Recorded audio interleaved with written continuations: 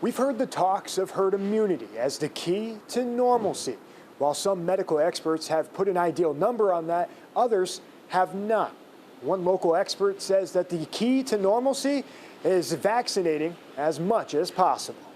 That's an extraordinary achievement that allows the reopening to continue in a prudent way. An achievement that makes the state of Connecticut the leading vaccinator in the nation.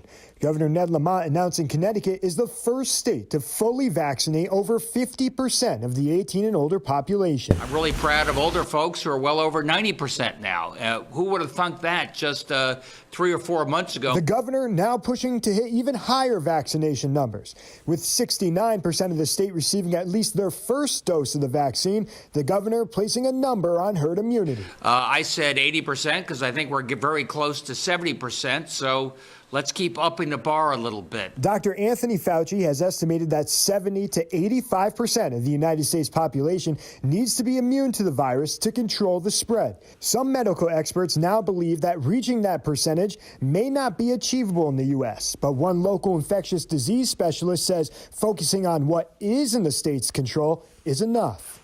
We have to think about immunity, not so much global herd immunity, but really what's happening in our community, what's happening in our state. And how is that going to really help protect everyone who's living there and allow for some restoration of normalcy?